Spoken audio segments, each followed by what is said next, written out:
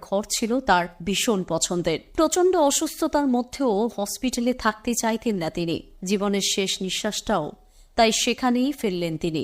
বুদ্ধদেববাবুর প্রয়াণে শেষ হল একটা অধ্যায়ের। সাহিত্যিক শীর্ষেন্দু মুখোপাধ্যায় জানালেন তার আবেগঘন মুহূর্তের কথা। বুদ্ধদেববাবু অত্যন্ত ধূমপান করতেন, আর সেই বিষয়টা যে একেবারেই সাহিত্যিকের পছন্দ ছিল না তা বললেন তিনি। বর্তমান নিউজ টিভি তার মনের কথা জানাতে গিয়ে সাহিত্যিক বলেন, ও সিগারেট ভীষণ খেতেন, সেটা আমি লক্ষ্য করেছি। এত সিগারেট খাওয়াটা আমার খুব একটা পছন্দ হতো না। একদিন সামনাসামনি হয়েছিলেন বুদ্ধদেব বাবুর। তিনি বলেন, আমি দেখেছিলাম হাতটা একটু কাঁপছে। ইচ্ছা ছিল বলি তাকে যে এত সিগারেট খাবেন না, কিন্তু সেটা বলতে সাহস পাইনি। তারপর দেখলাম সিওপিডিতে ভুগছিলেন, দীর্ঘদিন ধরে নিষ্ক্রিয় হয়ে পড়েন।